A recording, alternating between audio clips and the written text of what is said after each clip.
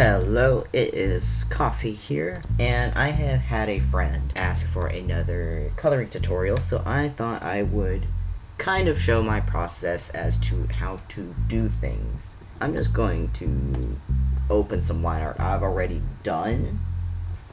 I have this. Let's do this one right here.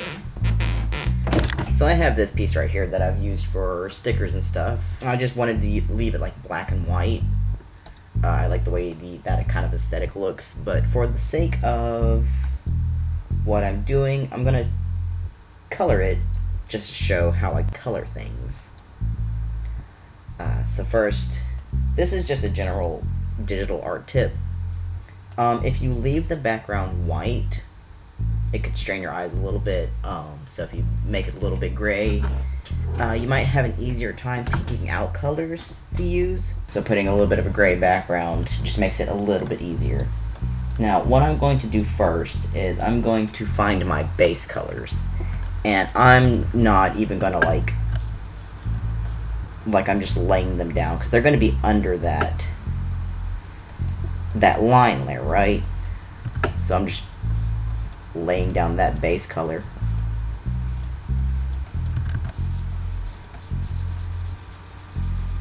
And the reason why I'm not doing it underneath the line layer already is because I can't quite tell when those lines are filled. Like, my eyes are getting distracted by these like lines on the side. Well, not on the side, but like, you know, the line art. So if I have it here, I can see exactly how much of the area the color has filled. And it just personally makes it a little bit easier. And I'm probably not being nearly as careful as I should be with keeping the color in the lines, but if it's going to get covered up by the line art, I don't really care. And there's a chance I might make the line art, you know, lighter in an illustration like this, like with a multiply layer. And if that's the case, I want to make sure that it happens a lot, and I'm going to make a new canvas for this.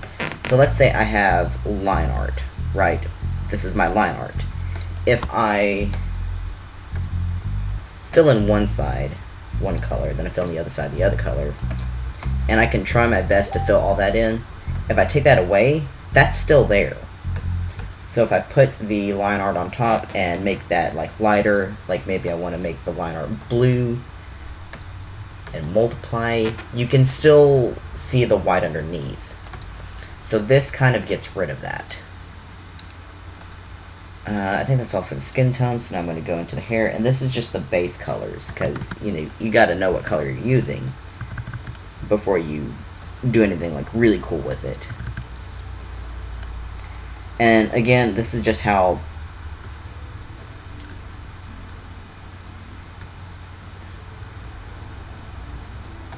I actually got to go in with another layer for that one. That way I get the shape of the colors at least right.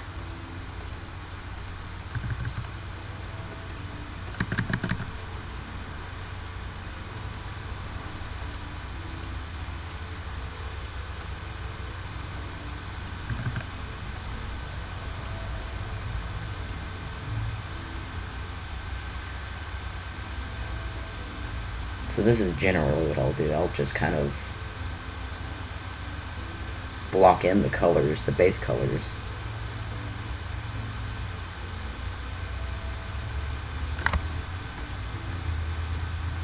And I try to generally do it as fast as possible. That's just my personal preference. I'm sure if you took more time with it, it would look a lot better than what I do. But if I'm on a piece too long, I will definitely get bored and just not be able to finish it. If something goes into the work in progress pile, it is because I took too long on it. So I try not to take too long. Just for my own sanity, and I'll just fill, no, I'll just fill that in. So now I have two colors, and if I move that on top, you can kind of see it filling in, but you can also kind of see down here where I've missed some pieces. And that's fine, I can just fill that in. I'll just merge those two color layers because they don't matter. It's the same layer now. And for any of the pieces that are falling out of the line, I can just blend those out. And the kind of blender tool I use, it's a stretchy paint blend tool. I think I got it for free on the Clip Studio store thing. It's my favorite blending tool because it gives it kind of a painterly look. You know, this may have not been the best thing to attempt to color, but it's fine. So I'm going to color the coffin, I think. I think I'm going to do like a purple.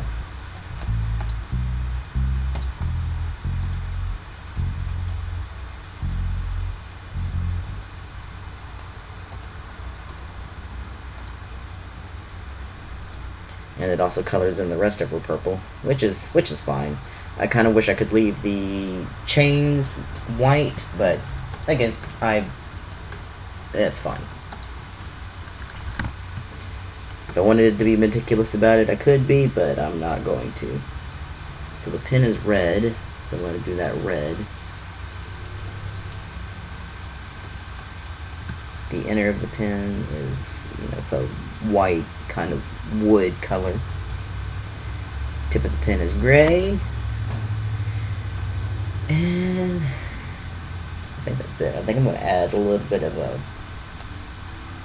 Nope, wrong layer. Just a little bit of that. So that would be how I do the base colors. And I'm going to go ahead and blend that out so it looks a little bit better. And maybe I will go ahead and do a fun color for that bandage right there. I'll do a pink.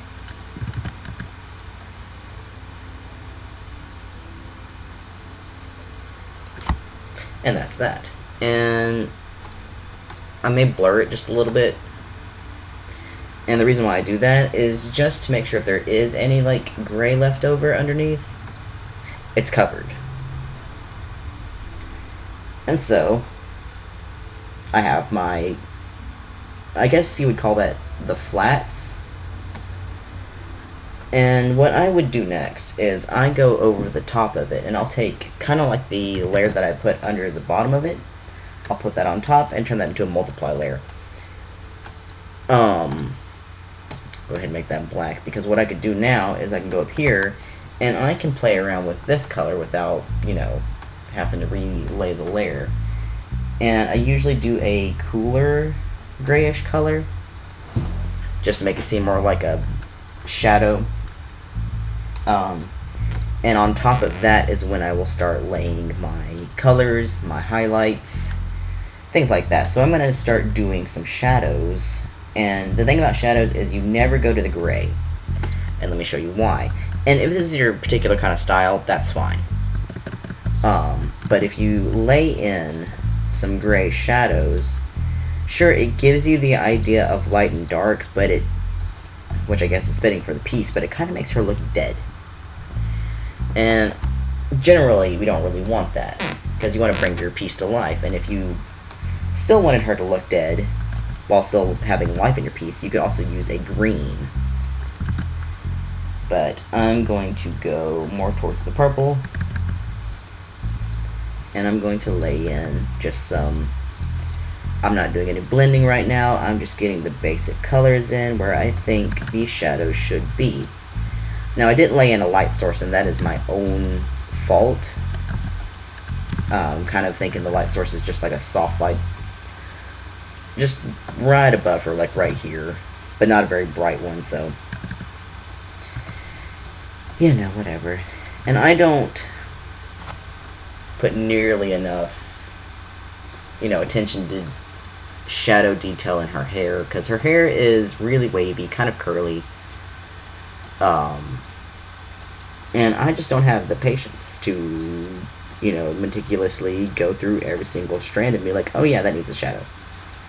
I don't have time for that. I feel like y'all don't have time for that. This is usually how I do it anyways, it's just kind of see what needs to be darker, and then I do it. So I'll put some shadows on her hands, a little bit on the pen.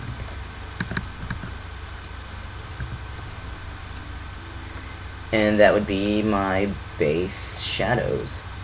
So I'm going to keep that layer, and in her hair I don't want any sharp square corners. I want everything to be kind of rounded off or come to a point, just to make it seem a little bit more flowy.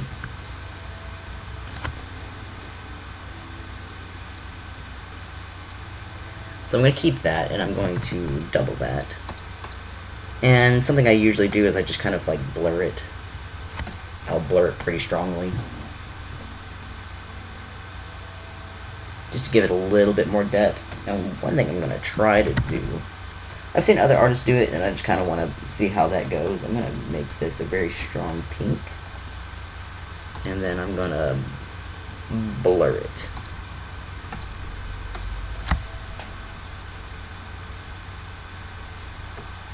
Multiply. And that kind of gives it a little bit of a pinkish hue as well. Let's see what some other colors look like. So if I did blue, maybe a light blue, that makes it look very green and icky. I don't really like that. If I just did straight red, what if I just did straight purple? Or maybe even gray. Yeah, I think I'm going to go more for the warmish, or for the blue. I kind of like the way the blue looks.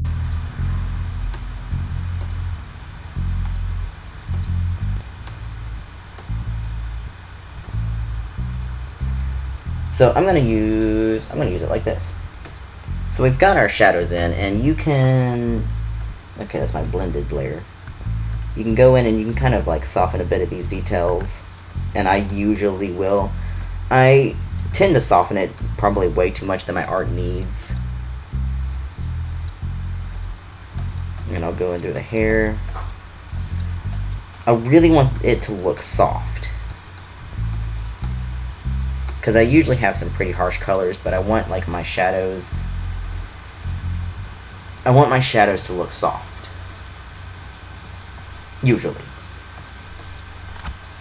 So just a little bit of like blurring and blending. It looks, you know. And this is also how I earn forgiveness for how sloppily I put the shadows and lines down. Is I'll just blend them out and make it look like it's supposed to be there. So, let me see. If I add another one. Oops, where'd it go? I'm going to add that right over the top. Maybe turn it down just a little bit. So right now we've got a pretty dark and grayed out color. Like it's all kind of starting to kind of blend together. And if I can, I try to keep as little layers as possible. If I feel like I'm good to go ahead, I will just flatten the layers. I'm gonna duplicate that. I'm gonna flatten it. I'm gonna go ahead and redo that layer, just in case I want to do something with the line art later. So now that I have like a pretty darkly colored layer, like it's pretty dark. Let's see where this lays. Yeah, you can see like right here it lays in the grayish area, like about a mid-tone, and that's on the lightest part of the picture. So what I will do next is I will add the add glow type layer. And Serane's hair is strawberry blonde. So what I'm going to do is I'm going to go very sharp into the colors, and I'm just going to start laying down some colors. This is usually where I get my saturation and my hue from, is from my highlights. I add a lot of highlights to my work, and I will just do this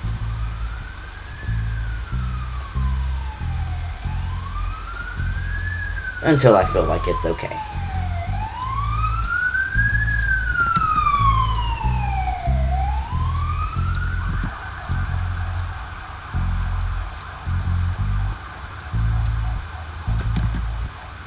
One thing I also like to do is there's a few other brushes I like to use for this.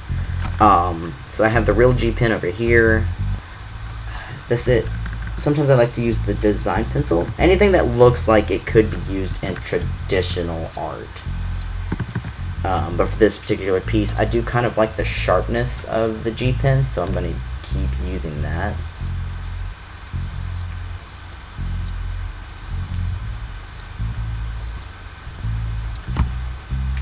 So I feel like that's enough for that in particular.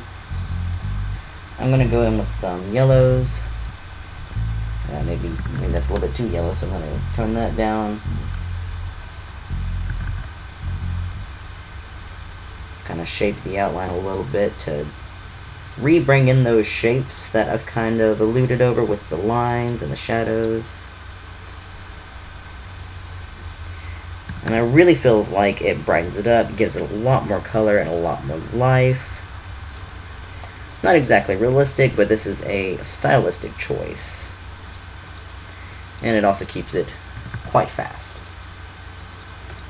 So maybe I'll add another, I'll duplicate that layer, maybe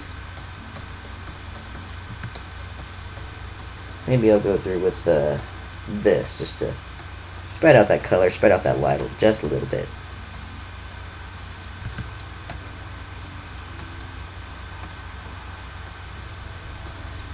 And I'm following the way the hair flows so that the lines that this brush uses also follows that flow.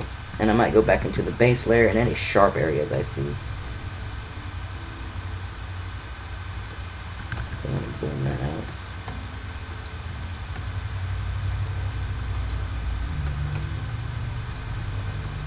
Blend that.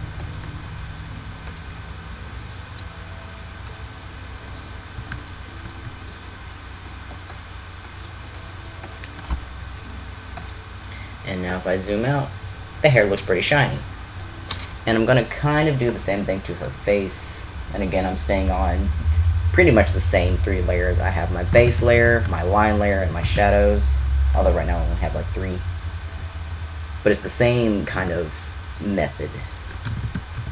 I'm going to add some highlights to her cheeks, a little bit to the eyelids. And I'm staying in mostly warm colors so that I don't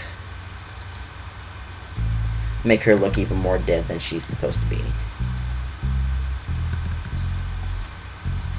So I'm going to take this and I'm going to just blend it out so it looks really soft.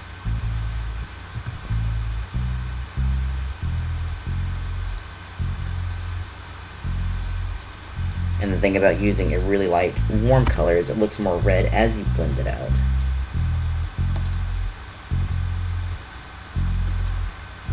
So there's that. I'm going to add a grayish blue tone to the Band-Aid. Blend that out a little bit. I'm going to go down here to the hands and I'm going to do some highlighting work on them. Getting a little bit away from my warm tones, but that's fine.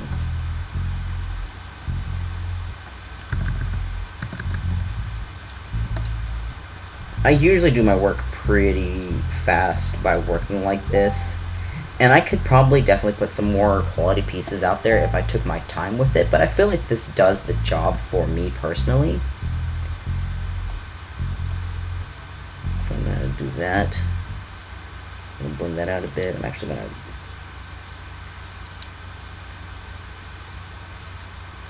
blend that out.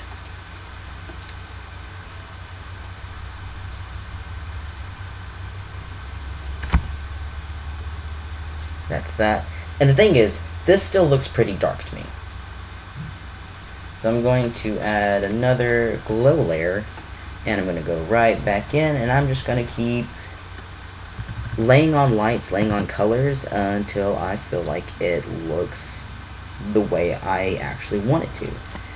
And I may play with the hues a bit, like I'm going to do a little more purple, and I'm going to make these lights a little bit bigger, and I'm going to highlight the areas of the face that would be, like I'm kind of thinking of like in shapes of mountains. Like the cheeks would be a little bit higher, the nose would be higher. So those would be lighter, right? Thinking about the planes of the face, I'm gonna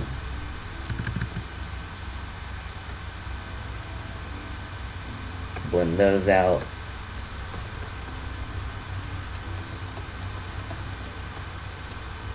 Give her a little bit more shape to her face while I'm also adding light and color.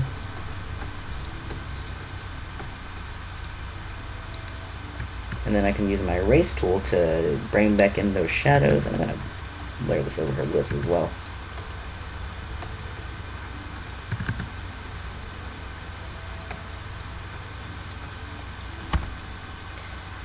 And now she looks a little bit lighter, although it's a little bit too light, so I'm going to blend it out just a little bit more.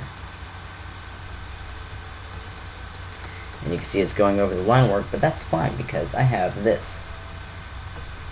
I can just bring that line work right back in, but right now it's fine.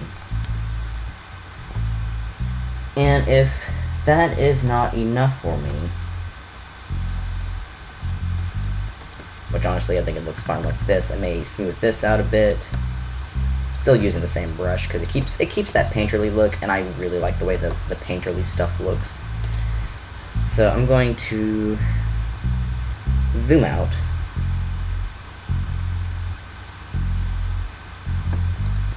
And I'm going to, let's add some highlights to this coffin. I'm just going to go in and I'm going to go over the sides of this thing.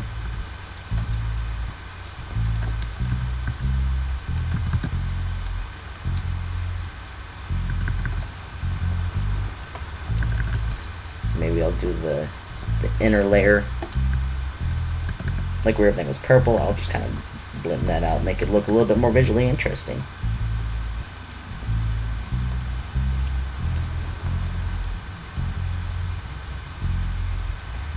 And I think it gives it a little bit of a glow.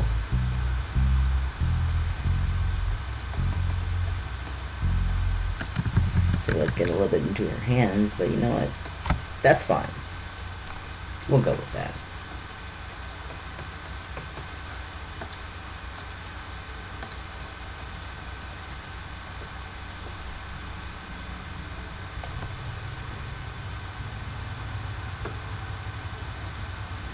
And this is still looking pretty dark to me, so I'm going to go once again, add glow layer, and I'm going to go a little bit higher this time. This time I may not use my pen. I'm going to see what else I've got. Watercolor. Let's do watercolor. Watercolor? Yeah. So I'm going to go back over those hair shapes.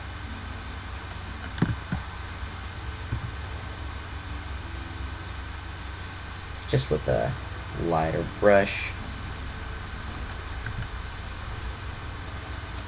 And I will probably blend those out because they're a little bit harsh and they're a little bit too much, but it adds the light. So yeah, I'm going to go in with my blender, blend that in, blend that out.